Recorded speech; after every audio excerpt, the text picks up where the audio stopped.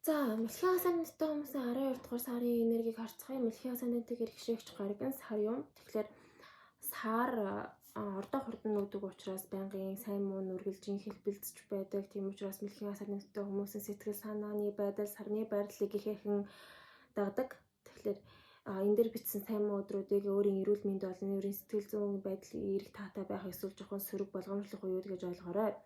За, ерөнхийдөө бол 12 дугаар сар нь таныг их завгүй, ангаргийн Марсын энергитэй, тийм өрсөлдөөнтэй энергитэй байлгах болно. Завгүй хөдөлгөөнтэй, өөр тохиолдолд жоохон уур уцаар ихтэй, уур уцаараа хэрхэн гадагшуулах тал дээр жоохон өөр дээр ажиллах шаардлагатай 12 дугаар сар болж удаж магадгүй.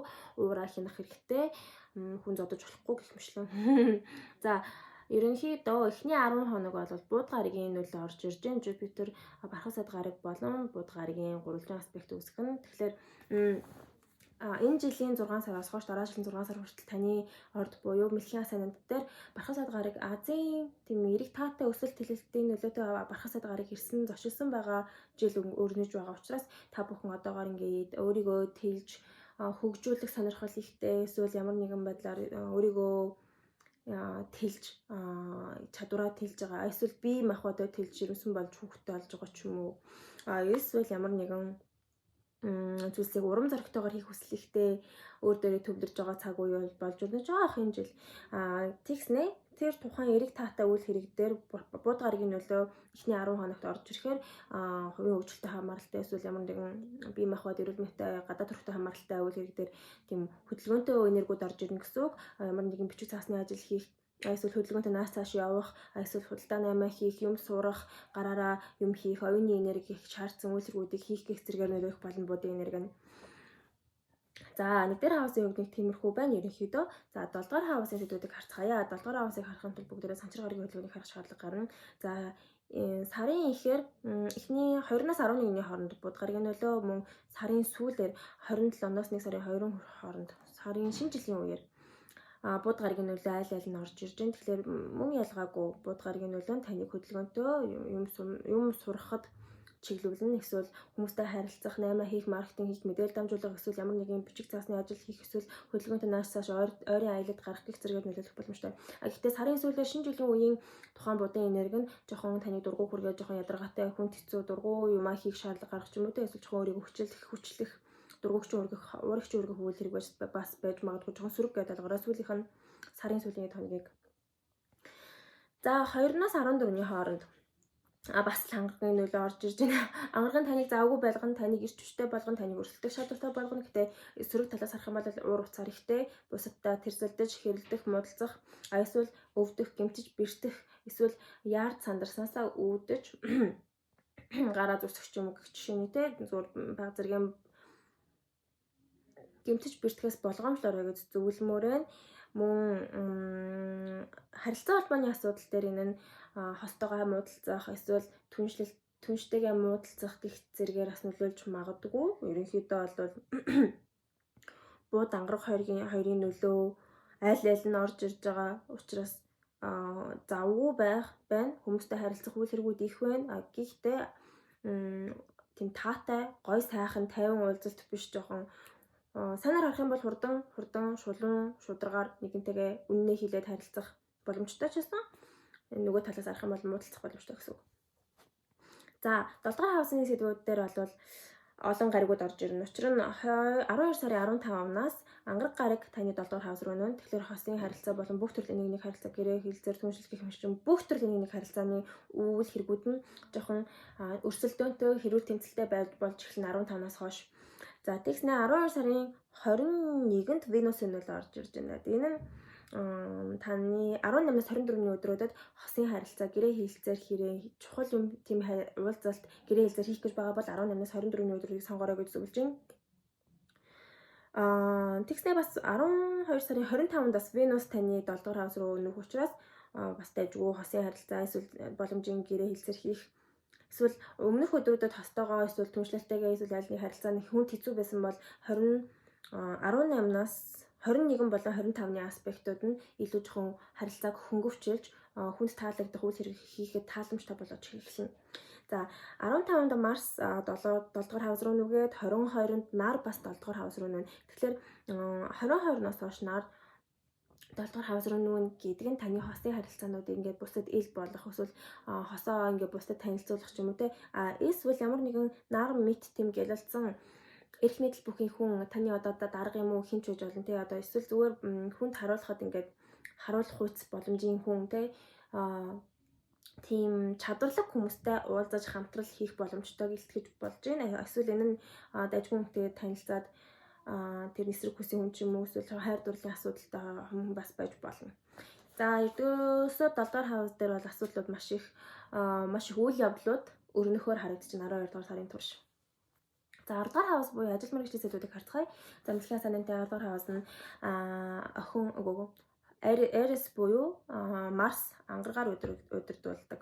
За тэгэхээр 3-аас 14-ний хооронд санчир гарагийн нөлөө орж ирж байгаа энэ ажил мэргэжлийн хувьд хариуцлагатай байхыг танаас шаардна. Эсвэл танд ачаал нэмж тогтсон хугацаанд одоо ажлаа дуусгах шаардлагатай гэж дедлайны дагуу ажиллаж хүн хэцүү жоохон сорилттойгоор ингээд жинхнээсээ бодит хөдөлмөрөөр даван тулах тийм сорилт тулгарч магадгүй ажил мэргэжил дээр. Эсвэл өөр тохиолдолд ажлаасаа хол хөндий ажлаасаа гарах ч юм уу эсвэл төр зур завсралгаа авах ч юм уу те гэх мэтлэн бас байж болно. Зарим нь зүгээр ажлаасаа өнөхөр гарч иж магадгүй.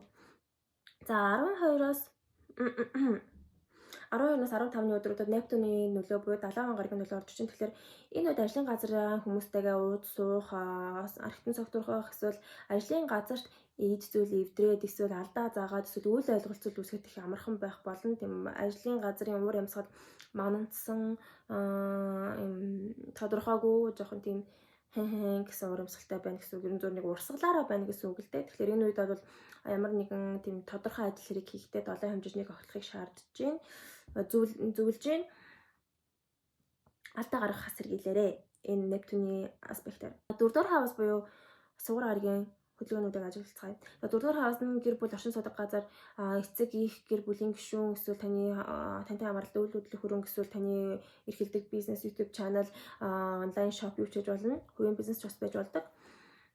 За 8-аас 14-ний хооронд болон 18-аас 24-ний өдрүүдэд бол саутнууд буюу өмнөд зангилаа санчир гараг хоёрын нөлөө давхар орж ирж байна.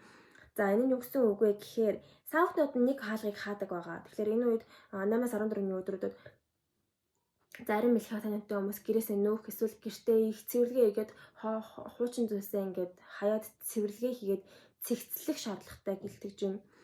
За санчир гараг нь болохоор гэр бүлийн асуудлыг жоохон хүнд хэцүү болгож магадгүй. Ерөнхийдөө саутнууд санчир гарагийн нөлөөг хамттан тайлбарлах гэх юм бол нэг зүйлсийг цэгцэлж дуусгах энергиээр харж болж байна. Эсвэл гэр бүлийн гишүүнд хүнд хэцүү юм тохиолно. Эсвэл гэр бүлийн гишүүн чинь гэрээсээ гараад тустаагараа явж байгаа ч байж болно. Өөр тохиолдолд эсвэл гэр бүлийн гишүүн чинь имлэг твтэд гэрээсээ холж байгаа ч юм уу бас байж болно. Гэх мэтлэнгээр та гэртээ жоохон тийм хариуцлага бүхийг өөрөөр танд ногдож магадгүй 18-аас 24-ний өдрүүдэд эдгээр цаг хугацаанд саутнууд болон санчир гарагууд нь танд ингээд struggle сорилтууд авчрах болно. За 23-наас 24-ний өдрүүдэд Нептуны нөлөө орж ирнэ. Энэ үед бол ажлын гэр бүл оршин суудаг газар хувийн бизнесийн сэдвийн хүрээнд алдаа заах эсвэл сонин үйл хэргүүд тохиох ч юм уу те юм хүм эвдрэх эсвэл усаалдах ч юм уу эсвэл нойл бүглэх ч юм уу эсвэл ямар нэгэн устай холбоотой одоо синк чинь засварлах шаардлага гарах ч юм уу эвдрэх ч юм уу эсвэл усаалдах ч юм уу те ямар нэгэн байдлаар энэ нь цахилгаан бараг ч юм уу юу ч ямар нэгэн байдлаар жоохон алдаатай байлгаж магадгүй. Өөр тохиолдолд гэр бүлийн ерөнхий уур амьсгал нь гишүүдтэйгээ харилцах ерөнхий уур амьсгал нь жоохон emotional эсвэл гэр бүлийн гишүүн ч өвдөөд ч юм уу юм тан хэрглэж байгаа бас байдлаар илэрхийлэгдэж болно. Өөр тохиолдолд гэр бүлийн гишүүн цаарих уух ч юм уу те ер нь жоохон тийм Нептуны энерги нь бодит байдлаас тасарсан энерги байдаг. Жоохон 4-р хавсын сэдвүүд нь жоохон онцгүй аспектууд их байна. 2-р хавс буюу мөнгө санхүүгийн амжиргааны зардлын сэдвүүдийг харцгаая. За 13-наас 21-ний өдрүүдэд санчир гарагийн нөлөө орж ирнэ. Тэгэхээр энэ нь мөнгө дутагдах эсвэл мөнгө орж ирэх хөстө мөнгө чинь удаашрах гэх мэтлэнгээр мөнгөний урсгалыг хязгаарлаж эсвэл удаашруулж өгнө. Тэгэхээр энэ хамаагүй мөнгө урж болохгүй нэ шүү. 13-наас 21-ний өдрүүдэд. За 19-наас 21-ний өдрүүдэд болвол Нептуны нөлөө бас орж ирж байна. Тэгэхээр Нептун нь тийм мансууруулах бодис эсвэл арх тамхинд мөнгө өрөх хандлага эрчимжийн эсвэл мөнгөний тооцоонд хянуур биш сэтгэл хөдлөлөөрөө их зарлага гаргах ч юм уу эсвэл мөнгөө алдааш гээдүүлэх эсвэл эд зүйлс чинь алга болох эвдрэх гэх зэрэгээр нөлөөлж магадгүй учраас энэ нь мөн адил мөнгөний хувьд таагүй байдлаар нөлөөлж байна. За тэгэхээр ерөнхийдөө бол 4 болон 2 дугаар хавс, 10 дугаар хавсын сэдвүүд нь нэлээд жоохон асуудал ихтэй харагдаж байгаа ч гэсэн ерөнхийдөө болвол энэ жил та бүхний азтай жил шүү дээ. Тийм учраас Jupiter Cancer дээр ирсэн тухай бодож сэтгэлээ сэргээгээд 12 дугаар сараа амжилттай давахыг зөвлөж байна. Амжилт хүсье. Баярлалаа. Дараа жил уулзцгаая.